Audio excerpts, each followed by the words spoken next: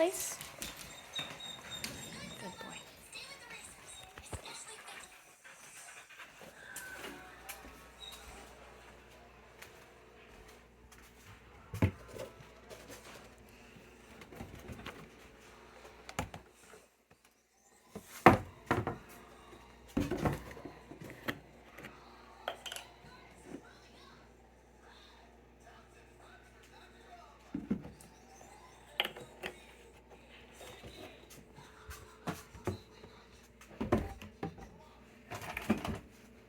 I thought this behavior might be useful for when you're in the kitchen, if you don't want to shut the door.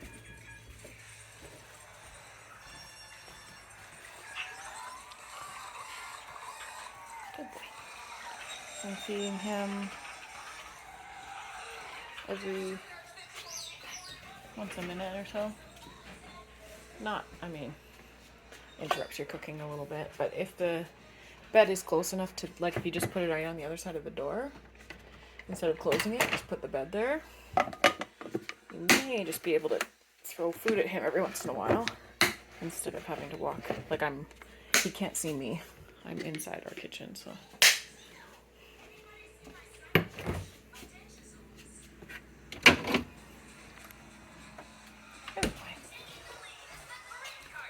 These are the training treats that you sent. He likes them.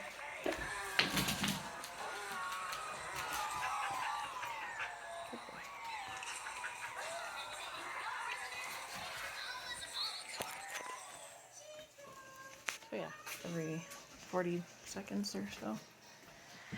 That's what I'm doing. I think he could probably hold it longer. I just, because we're still working on this behavior, I want it to be really successful. And I'm just practicing like making noises in here so that he hears me doing things, but he's still staying on his bed. One little whiff.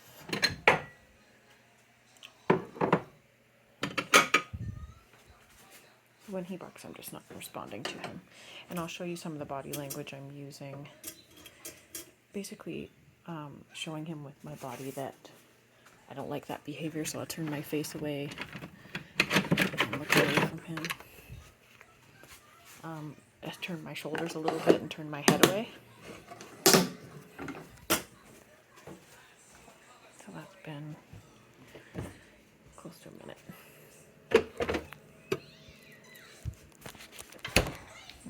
Good boy. Good dog. So you can, like, you don't have to just give little treats every time. You could give him something to chew. Like, because of his separation anxiety, I found that he won't eat when he's by himself, but when he's on his place here and you've asked him to stay, technically he's alone, right? He's staying here on his bed and technically he's alone, but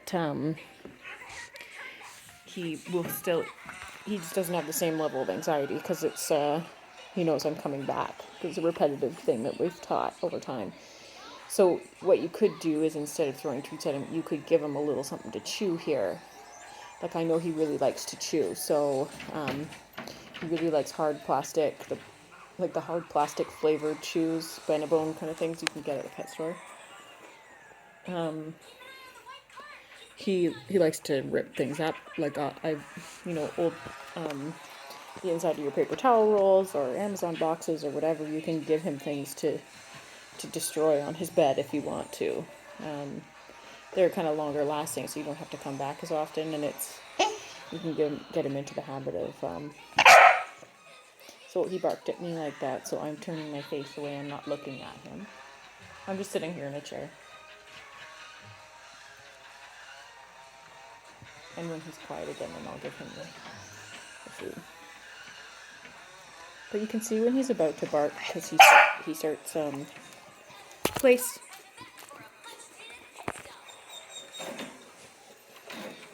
Down. Good boy. He starts, staring really intently, and then, he sometimes does like a little, down. He sometimes does like a little tail wag.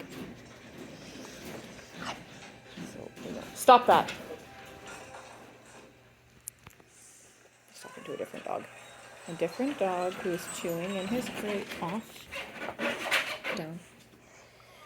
Like, he does really well on this place when I'm not here. So if I walk into the kitchen, he does better than if he's here on his own. And then if I'm sitting right in front of him. It's almost harder for him to stop barking when someone's right in front of him.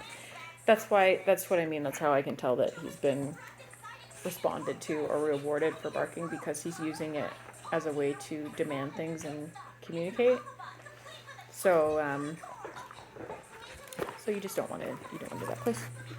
Just want to stop responding to it, and he needs to be quiet before he does anything. And you ask for different behaviors. So the place is a different behavior you can ask for. A down. Green cup? I'll get it.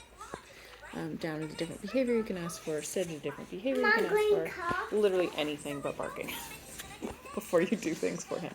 And he needs to be quiet for at least 20 seconds. What? What are you barking at? Hey, Tink. What are you barking at? Me? That's my own dogs. Oh, no. Oh, no. No.